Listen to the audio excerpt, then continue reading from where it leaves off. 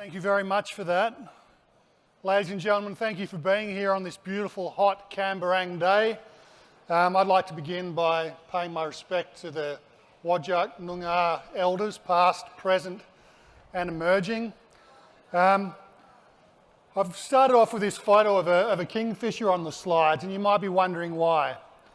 I'm going to give you a little bit of a background here. So, kingfishers, like our children, are beautiful, resilient. They're a part of our world, they're all around us, but they're also what we call an indicator species. So when there are kingfishers around, and kookaburras are one of them, we know that there are frogs. We know there are frogs. If there are frogs, we know there are snakes. Kingfishers will find food in rivers, in creeks, and they tell us that that ecosystem is healthy. Our children are a bit like that. You know, when you go to a community, when you come somewhere like this and you look around and we see kids around, that tells us something about our community. And particularly when you go into suburbs. When you go into a suburb and there's that beautiful bubble of children's play and talk and laughter, and you see kids on bikes, and you see the parks occupied, and when you see that, you'll see the parents moving out into the front yard of their house. They're not tucked away in the backyard, they're in the front yard because their kids are out and about. And when you see that, you start seeing old people coming out more. So the streets are no longer deserted and potentially scary places, they're inhabited. And our children tell us that we live in a place where there's trust, and they tell us we live in a place that's safe, and they tell us that we live in a place where there's movement and creativity. Children are an indicator species for our human societies. But I've also got this kingfisher up here for another reason, and it's well timed in a way, being in front of the State Library. The kingfisher's up here also because back in 2007, the Junior Oxford Dictionary removed some words from the Junior Dictionary and added some in. And they do that every edition. And the dictionary is not intended to be an archive of every word in the language, particularly not the shorter children's one. It's meant to be a record of the words that are being used. It's kind of an archive of conversation of the era. And in this shorter abridged junior dictionary, they keep it tight. So they keep in the words that are really being used and the words that children might search for in a dictionary. And in 2007, the dictionary, the Junior Oxford Dictionary, removed kingfisher, and it removed nectar, and it removed willow, and it removed pasture, and it removed acorn, and on. A whole series of nature-based words were taken out of the dictionary for children. And in that same edition, other words came in. And the words that came in, some of the words that came in were cut and paste, blog, bullet point, and celebrity. So we have these beautiful children in our midst. Our communities are strong, and we know that because we've got children out and about. But there are challenges for the modern child and for the modern parents. And modern parents get a really bad rap. We hear often about how parents do too much helicoptering, or they don't do enough of taking their kids out, or whatever it might be. Parents get hammered all the time. But this generation of parents is really quite unique in the level of investment, of their own emotional investment and time investment that they make in their children. Every generation of parents loves their kids deeply. But how we think about that relationship between parent and child, and how we think about the role of a parent, changes over time. And it wasn't very long ago when the idea of what good parenting looked like was less engaged, still plenty of love, but more at an arm's distance. Children left more to interpret the world and discover the world on their own and through education. This generation of parents is deeply invested. The amount of energy and focus and really honed in love that goes on is remarkable. But we have challenges, and this generation of parents have particular challenges around negotiating this brand new thing, which is screen time. But we'll get to that in a minute. So just to give an example of some of the challenges that our beautiful children and our invested parents have, is that we've got this sort of reduction of experience going on. So we are having more indoor lives, we're having less nature in our lives, lots of other good things replace that, but it's a loss. And it's a loss we don't have to accept.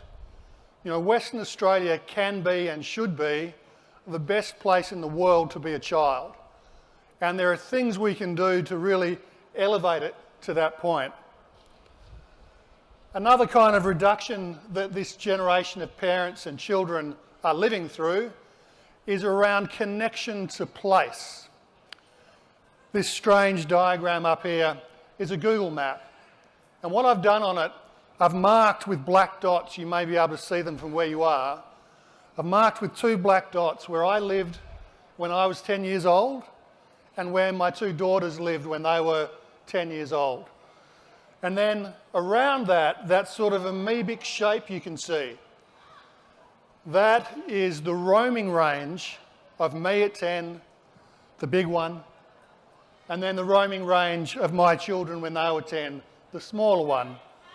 And what I mean by roaming range is where I was allowed at 10 years old to go without the supervision of an adult, to have unsupervised, unobserved time to be in place, to start to recognise the streets, the animals, the plants, the people around me in the community that I inhabited. The time to be just with friends and just a child and not directed and not observed. So you can see my roaming range, and for pretty much all people of my generation, that roaming range doesn't actually describe where I was allowed to go or not allowed to go. Because once I left the house, my parents had no idea where I was. What that roaming range describes is where I was interested and felt safe to go. And for me and my 2 brothers, we went a long way. We did a lot of things. There's a lot of adventures tied up into that amoebic looking diagram there. So then we fast forward 20 years or so, living fairly close to where I lived as a child at 10 with my 2 daughters. Now, we'll average their ages at about 10 as well. And I'm now a modern parent, marinated in fear in the way.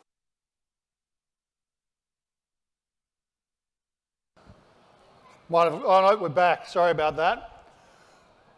Just saying that moving on from my own childhood to that of my children's, and as a modern parent, that I was marinated in fear in the way that so many other parents are. And despite working in this area and knowing the incredible benefits for children of play, of being outdoors and being connected to nature, of being embedded in place, knowing where you live, despite knowing all that, and despite knowing that the fears that I held about the dangers to my children were not founded in fact, that the reality was that child abductions and the real dangers to children had not increased over time. They're exactly the same as they were when I was a child. In fact, they don't go up or down irrespective of how much time kids spend outside and away from their parents, because the vast majority of those incidents happen in the care of someone who knows them or loves them. So we don't actually change the risk to children by letting them go out. But despite that, my wife and I would go through emotional gymnastics anytime the kids would leave the house, and we had very limited places. Dropped again, and back again. So they had very limited. So if my roaming range was an A4 page, my children's roaming range was a postage stamp. So there's a shift, lots of wonderful things going on in the time we live, but challenges, a lack of exposure to nature, a lack of time connecting to place, and a lot more sedentary time.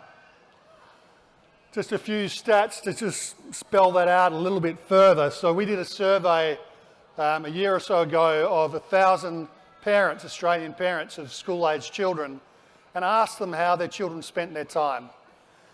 And you can see that about 40% of their time in a given week was spent at school, about 31% spent on screens outside of school, only about 9% in outdoor play, and where it gets really challenging for us when we look at it, I think, is that 55% of those parents, only 55%, said that their children played outside every day. So we've got to change. There's a reduction. There's an expansion in lots of parts of childhood, but there is a reduction on the amount of outdoor play. There's an incredible increase in the amount of time spent inside and under the supervision of adults. In terms of screens, I'm going to move beyond the negative stuff very soon. In terms of screens, a really important thing to know is that screens are a wonderful tool, huge potential, a valuable addition to our lives in many, many ways. But excessive screen time, which is very easy to have because they're addictive devices, and all of us adults and children know this, excessive screen time has all sorts of consequences for us. And the one I want to share with you is from a study in the US a few years back, where they looked at the impact of screens in households on language, on how many words were spoken in a house, and comparing that to how much time was on screens. And what they found was that when screens were on for between 1 and 2 hours a day, a household would speak about 6,000 words to each other. So let's say there's 4 people in that house, so maybe that's 1,500 words each per day, spoken between parent and child, child and sibling, parent and partner. And you can imagine that there's a lot that goes into those words. Just coming, yep, Mike's back. Those words aren't just random words. Those words are used to introduce a human being to the world. Those words are used to work through what happened at school, the emotional thing that happened that you want to work through. It's used to talk about what's coming up. It's used to talk about hopes and fears and friendship and sharing, all those vital components of growing up to be a healthy human being. Those 1,500 words per day per person is where that work is done. Now, in households where screens are on whenever anyone is home, according to this study in the US, those 6,000 words to do all that important work shrunk to 500.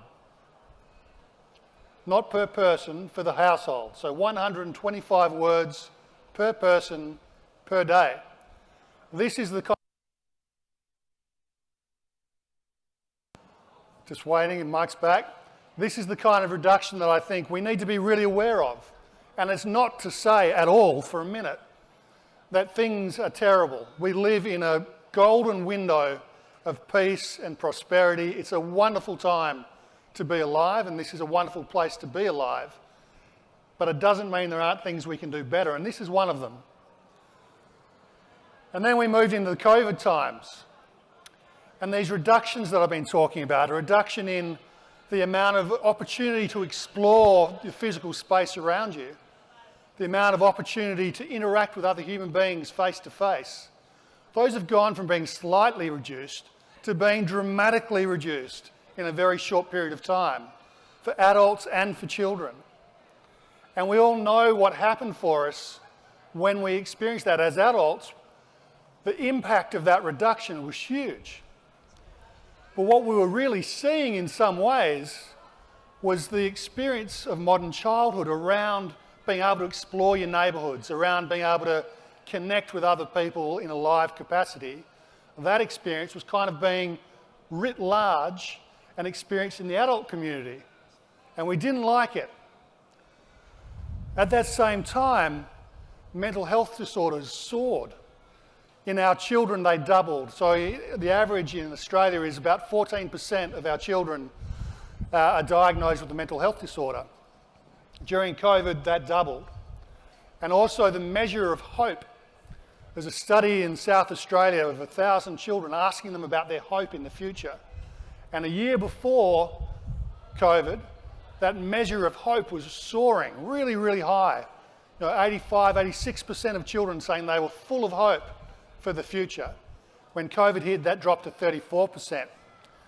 But what was fascinating in this time to me, as someone watching it and living it, was how we responded to that. At that very moment when the routines and the pleasures and all the things that make up our normal life were kind of stripped back a bit. And we were put into a moment of anxiety, we were put into a moment of fear, and the things that we cling to in our normal life were taken away, including the toilet paper. But in that moment, what did we reach for? What did we want? What did our children reach for? What did our children want? What we all wanted more than anything was to be able to see our family. So if we were separated from family, that was very, very hard for us, and it still is for some people. The other thing we really wanted to do was get out into nature. There was a deep urge for people to go to the beach, to go to the park, to get out on our walking trails. And we saw our children respond to that moment of crisis with creativity, with an urge to connect to other people around them, even if it was by drawing on the sidewalk or putting a teddy bear in the window. That's where they went to. The other thing they went to was friendships and connecting to people and wanting to play.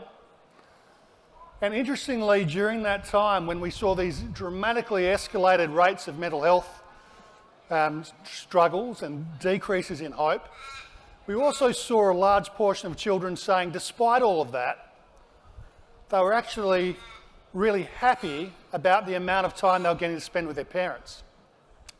And when I moved around the neighbourhoods between my house and my work that I passed through, I saw more children and parents out and about in neighbourhoods, on bikes, on scooters, on foot, sitting in parks as those restrictions started to ease. I saw more of that than I've ever seen in my life, more than when I was a kid with that big roaming range. There were kids and families everywhere. And part of that was an increased amount of time, absolutely, but it was also this deep human need to play, to move, and to connect with the outside world and people around us. Interestingly, as soon as the opportunity was there, our campgrounds were flooded. Our trails, we've got an incredible network of trails here in Western Australia. They were flooded with families and kids.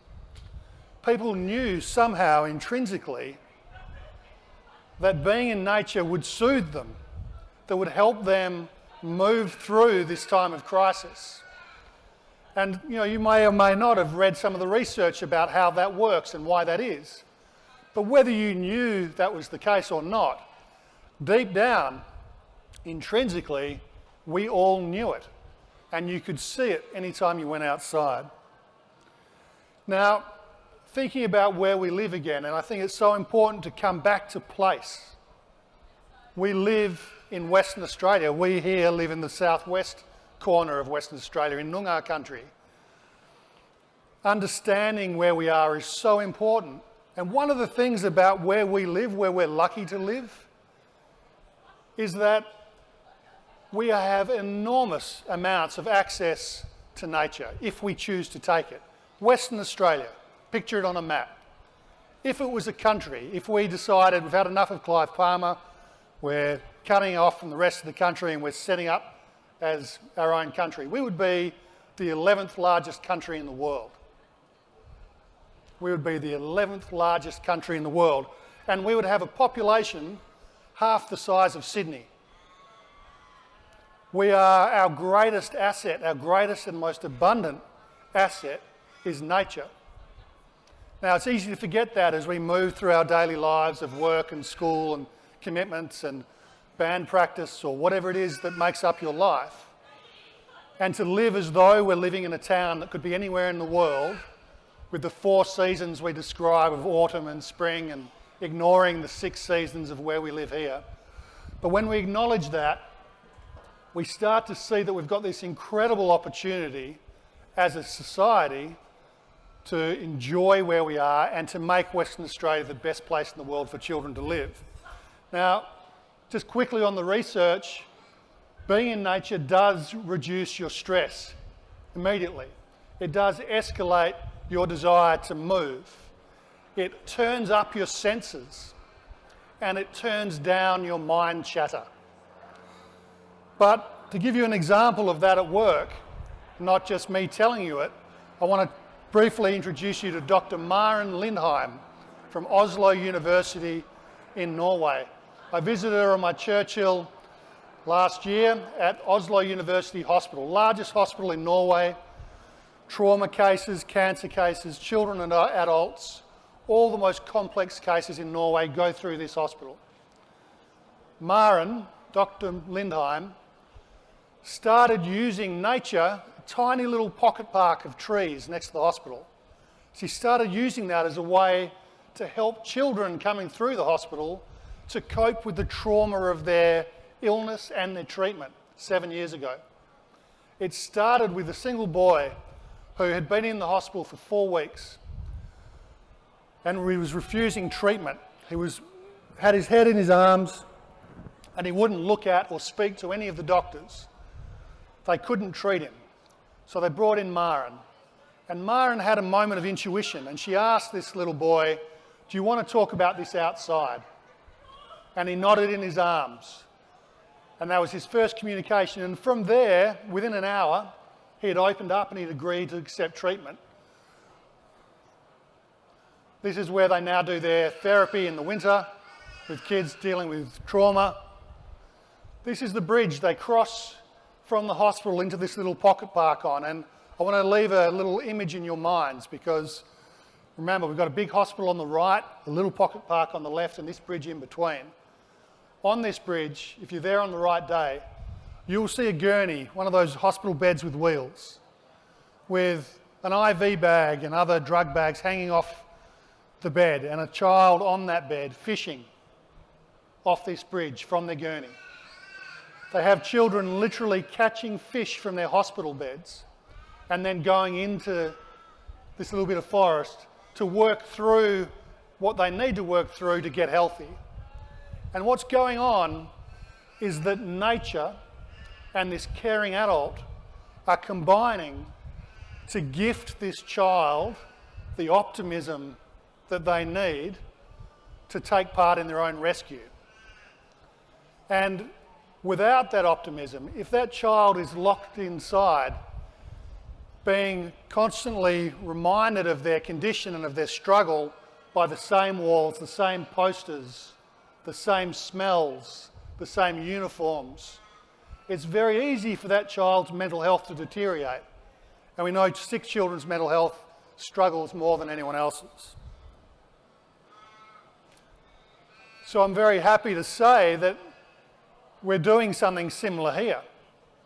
So you can see on the right there the Perth Children's Hospital, and you can see on the left Kings Park. And in 10 to 12 months, there will be a bridge going from one side to the other across 4 lanes of traffic. Now, when this was announced, some of the commentary around it was, what a waste of money. What's going to be happening with this is children and families are going to be able to recruit nature and experience and play into the health and well-being of their children facing great challenges. There's teams on both sides in the park and in the hospital working to see if there are ways that both of those missions, rehabilitating and protecting the environment and rehabilitating and protecting our children, can they be merged? Are there opportunities for that to happen? The World Health Organization puts it very simply. For children to be healthy, they need to sit less and play more. just want to pause on this photo for a second and tell you about it. So this photo is taken from an event Nature Play ran in the Shire of York.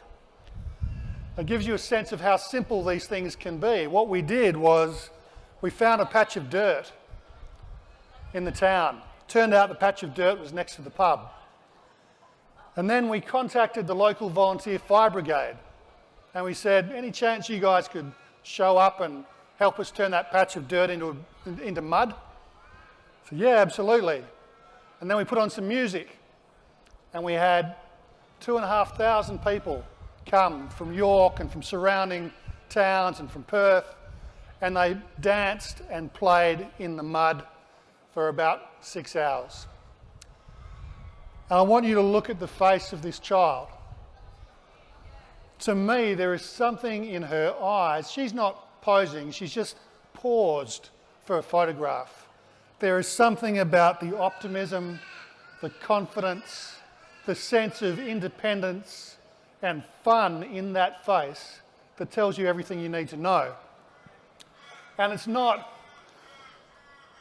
that all the other things we line up in our children's lives aren't important, they are. But to do those things, to get the education, to play the team sports, to learn a language, whatever it is that you have in mind for your child, to be able to do that and benefit from it, they need a bedrock of wellbeing.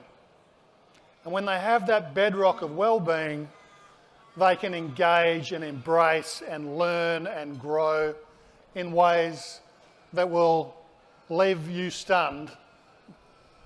But they need that bedrock, and nature and play are two things that do it. Just in terms of play, this is a photograph from another one of our events, but something really important about play is there's research to show, and frankly, we probably don't need the research, but there's research to show that the more children play together, the more feelings of loneliness are reduced. The more time children have in free play, the higher the amount of executive function they have. Executive function, that's the ability to make your own mind up about things, to make decisions and execute them. To be, a person, a human being with agency in the world, executive function. Children build that through play. They also build the emotional intelligence that they need to progress in the modern world, because what we know also is that as we're facing so much change, we're already living through a lot of change, but there's a lot more to come. Between the challenges like climate change, like the challenge we're seeing to democracy in countries around the world, particularly in the US at the moment. There are so many challenges, there are so many opportunities, but to get the most out of those, to navigate your way through that, you need a level of resilience. But beyond resilience to me is kind of that's the base station. You want to be resilient, you want to be able to cope with being knocked back, with things not working well for you. But beyond that base station of resilience is courage.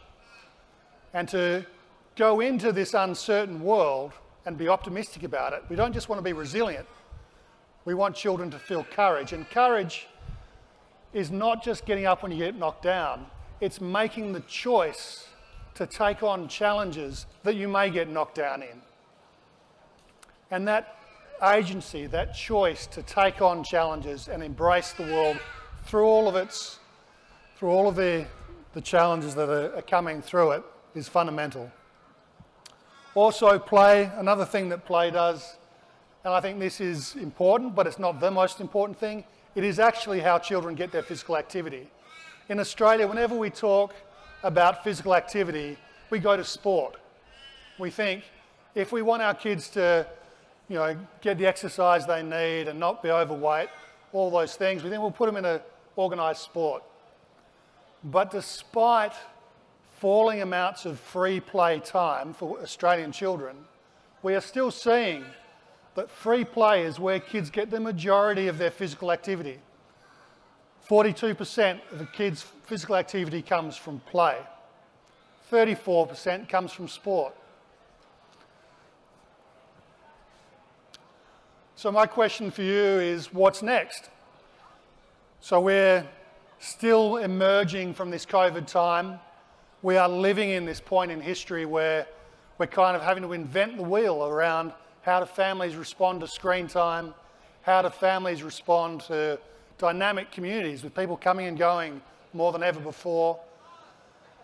How do we respond to that, and what lessons do we take from COVID, and how do we apply that into the future? This might seem like a strange slide to go to. One element, I think, is about institutionally taking play and elevating it within the areas that children inhabit. These two photos are also from my Scandinavian Churchill. The one on the left, those tools, those knives, potato peeler, small hatchet, that is a photograph taken from a kindergarten. That's their toolbox at a Norwegian kindergarten. In Norway, they have made the decision to have a kindergarten act, an act of parliament that mandates that kids must spend large portions of their time outside. They must have opportunities to use tools. They must have opportunities for risky play. They must have opportunities to engage with nature through all seasons. And at this kindergarten where I went, I sat there and watched these two 4-year-old girls in their onesie snowsuits sitting on a log with sheath knives, whittling sticks. And how they get those kids to that point is they start off by sitting them on the teacher's lap, giving them a potato peeler, and showing the kid with the potato peeler how to safely handle that tool. And then they progress from there. But the amount of outdoor play and connection that happens in those countries, it's not an accident. There's a conscientious decision made by adults to value play and to ensure even the risky kind is part of their lives. That structure on the other side that you can see is from a playground in Copenhagen. So it's a little sort of fort structure. Up on top, which you probably can't quite see, is a deck with a handrail. What's different about this is that it's built by children. This is a construction playground where kids from the whole of Copenhagen can come. They ask for tools and they ask for timber and they go out and build. And they can go up to 2 stories. Every now and again, the play worker will come out, have a look at what they're doing and ask them, do you think that's safe? What do you think would happen if someone stood there? And then the kids will work through it. The day that I was at this particular playground, it was demolition day.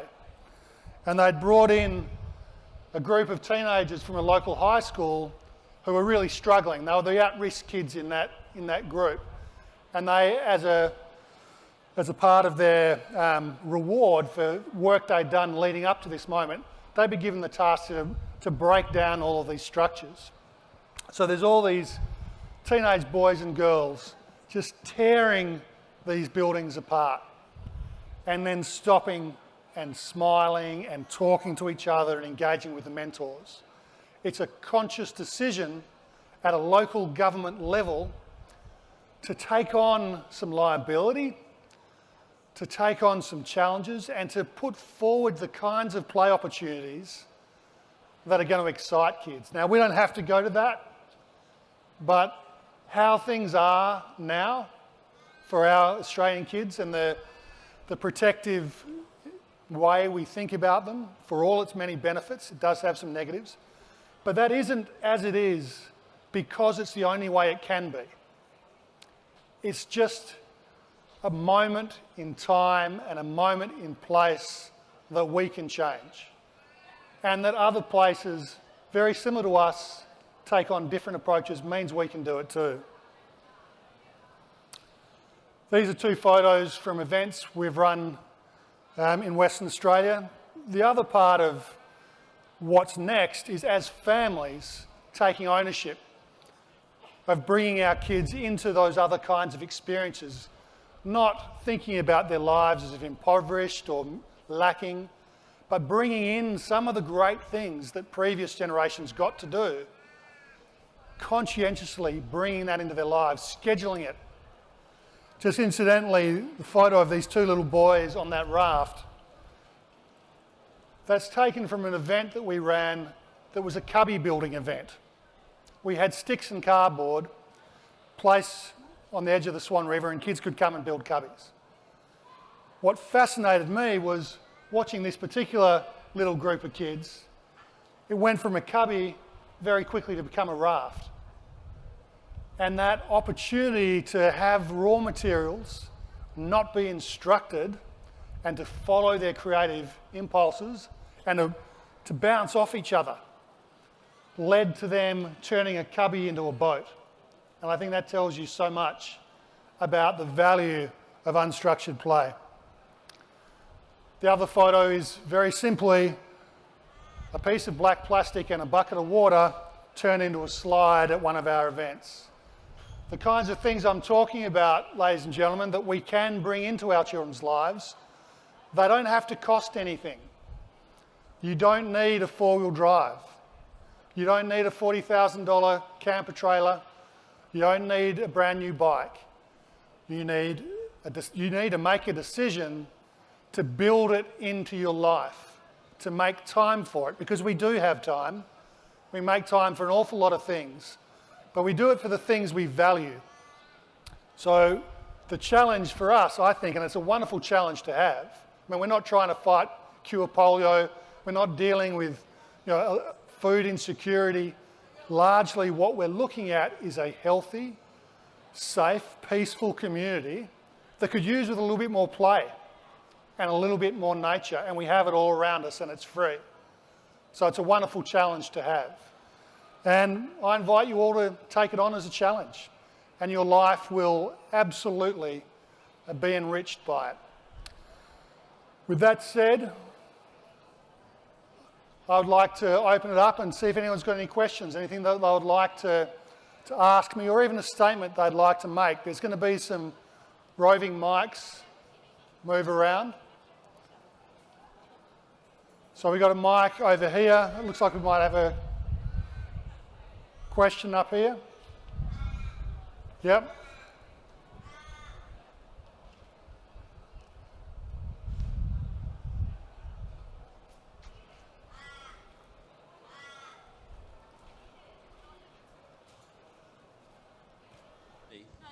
Sorry. If you wouldn't mind standing up, sir, just so I can see you. Hello there. Hi. My name is Manuel. I come from the beautiful place in Bellevue. No. Nice place, and all the staff and the girls and boys are looking after me, and I go around Perth, meet Jesus all the way around. And I got my own workshop, and I work in Interline twice a week, and I'd like to say thank you all the staff for bringing me today, especially this Sam that brought me in today. I'd like to say I got a jukebox at home. I can sing like Elvis. By the way, this is Perth is a beautiful place in the whole world. I'd like to say thank you very much. Thank you, Manuel. Community. I mean, that's what that says to me. I mean, and thank you for sharing that. But having people who know each other, who look after each other, who bring each other out, it's fantastic. We've got another question up here. Okay. I'm just curious if you have any ideas of what transitioned us from children having the freedom unsupervised, which is a child that I have growing up in the bush, to where we're at now. Yeah. Thank you for that question. It's a complex picture. I really don't think there is a single thing that has done it. But there are some very real things. I mean, one of them is that our neighbourhoods, the traffic has increased.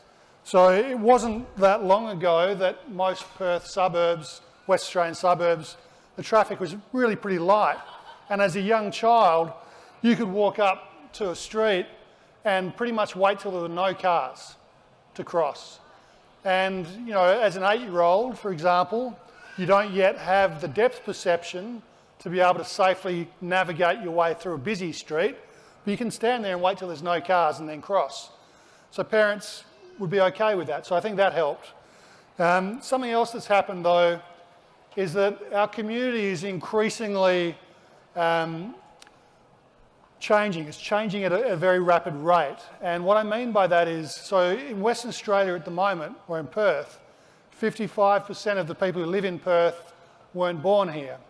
And there's beautiful and incredible diversity that comes with that, but there's also disruption to community knowledge of each other. So if you live in the same place around similar families for a few generations, like happens in other countries, and you know, did happen in small pockets in Western Australia not too long ago, you got to know your neighbours and to understand where you fitted in the ecology of your community. What we're seeing now is there's brand new suburbs being created, and everyone is moving in without knowing each other. And then we've got people moving interstate, internationally. So we're a much more fractured society than we have been in the past. And I think that diminishes our knowledge of place and our knowledge of community and our comfort in doing that. I also think the screen technology has contributed to it. And the primary reason for that is it wasn't too long ago when being inside for a long time was really quite boring, unless you discovered reading or music or drawing. But even so, even if that was your thing, after a while you'd get kind of tired and agitated, you'd be ready to go outside and play. Now, with the level of sophistication in those games and the psychology that's applied into them, they're designed to be addictive. You can literally be engaged and entertained and motivated for 48 hours straight. You know, we have situations in gaming rooms where people, particularly in South Korea, where it's a very strong part of the culture, people, you know, literally passing out and even dying in gaming rooms through exhaustion and lack of nutrition and hydration. So that's new. You know, boredom would have driven us out in the past, and now it doesn't. But it's a complex picture. I think there's always a risk in trying to narrow it down to a single cause. I think when we say that it's all about screens and only screens, we actually set up one of the most powerful tools in the world as an enemy as an enemy for us as parents. And I think we can actually use it as a tool. There are some great technologies. I came across one yesterday, a couple of young Perth women, theatre people who have designed this app called Audio Play, and it uses soundscapes through an app to bring children into a story and take on the character from within the story and play the story out in their houses physically, listening to this audio story and working together. So technology can be powerful. It can be powerfully good, and it can be powerfully destructive. Thank you for your question. Sorry I don't have a more concise answer for it. Anyone else with a question or a comment? Yep. Thank you for your ideas on what you've done with respect to kids. My name is Bob, and I'm doing something for adults. And after all, there are kids somewhere inside. Specifically, they are migrants. Yep. And I try to take them outside of the outdoors in their suburbs. So they have been to bushwalks outside Perth once a week. But the biggest challenge is how to make it sustainable, how to get the fear out of these retired migrants. Yep. If you could share your ideas. Thank you.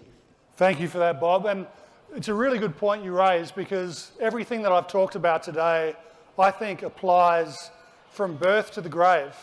I mean, being playful, being active and engaging with place and with the outdoors is fundamental to us, to our health, all the way through our lives. And there's actually some remarkable work being done in this area around people, very old people, in Singapore in particular. There's some wonderful work being done there with community gardens and getting old people out and into those spaces. But in terms of breaking down fear, I think it's a matter of incrementally building it up. An example I have is a colleague of mine who moved to Perth from Canada and applied for a job with us and worked with us for a number of years. She described to me when she first arrived in Perth from Canada, she moved into a beautiful leafy green suburb. Her partner was in oil and gas. They had a house right opposite a park, and they had 3 small children. And as she looked across at that park every day from her new house in her new country, she was stunned by how few people there were in the park, and that there were almost no children in that park after school. And her initial thought was that there must be snakes in the park, and that it clearly can't be safe if there's no kids there. And she watched, for a few weeks, trying to figure out, watching where people walked, those who did venture into the dangerous park. And then she decided that it was probably okay. She had a look herself. She spoke to people. They said, oh no, there's no snakes, it's fine. Well, not many snakes, it's fine. What she did then is she took her children and she walked to neighbouring houses and she knocked on the door and said, my name's Nicole, these are my kids, we live over there. We're going to be in the park every day from 4 o'clock. If you've got kids, I'd love you to join us.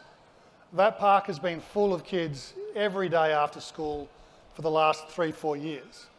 Now, I know it's different with adults, but I think doing it together, I think what you're doing, Bob, sounds like the perfect way of approaching it. Doing it in a group, and then just steadily, step by step.